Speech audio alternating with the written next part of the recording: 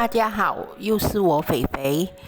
今天要来做一个一口一粒像小球形状的糕点，那就是 Onde Onde 椰丝球。那么我们现在就开始吧，请订阅我的频道哦。你们的订阅就是我坚持的动力。我们先来看看斑斓椰丝球所需要的材料：糯米粉55克，斑斓汁50到70 ml， 椰糖30克，木薯粉13克，白糖10克，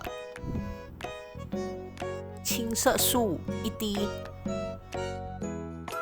首先，我们把斑斓叶剪碎，放入搅拌机里，然后加入大概80 ml 的清水，把斑斓叶打成汁。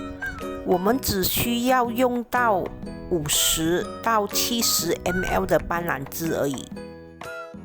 接下来，我们把椰糖给切碎，然后我们把切好的椰糖放回冰箱里，避免它融化。我准备了大概40克的白椰汁，然后我们加入少许的盐，把它搅拌均匀。我们放去蒸5分钟，蒸好后，我们把它放一旁备用。现在我们可以把糯米粉、木薯粉和白糖全部倒入一个大盆里，然后把它们搅拌一下。我们就可以加入斑斓汁，我们一边加入就一边搅拌。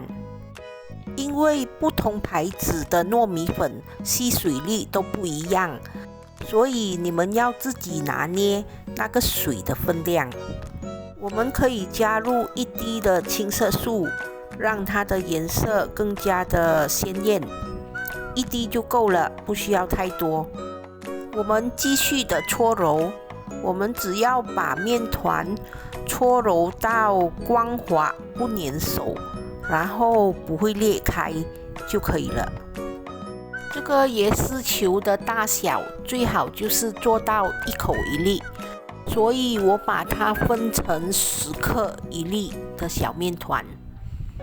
我们把小面团搓圆后，我们就可以在中间戳一个洞，然后把适量的椰糖放进去，把它封口搓圆就可以了。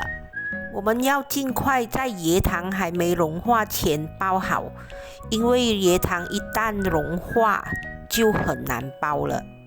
我们要尽快把包好的糯米团拿去煮，不然里面的椰糖一旦融化，糯米团就很容易破裂。我们大概包了10多粒左右，就可以拿去煮了。水滚后，我们把糯米球倒下去，用中小火把它煮到浮起。当糯米球全部浮起过后，我们再让它煮多1分钟，然后就可以把它捞起，放入冰水里。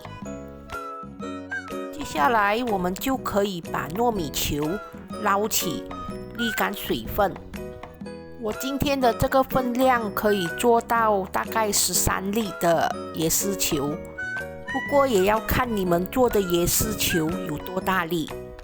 接下来，我们就可以把糯米团沾上我们刚才蒸好的椰丝，它就完成了。今天的作品又完成了。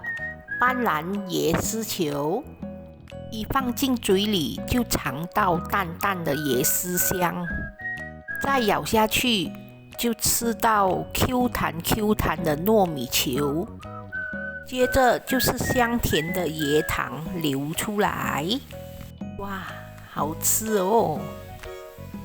一口一粒，大小刚刚好。大家喜欢这个糕点吗？喜欢的话可以试试看哦。好啦，今天的视频就分享到这里。斑斓椰丝球，大家记得要帮我点赞、留言、订阅和分享哦，谢谢大家。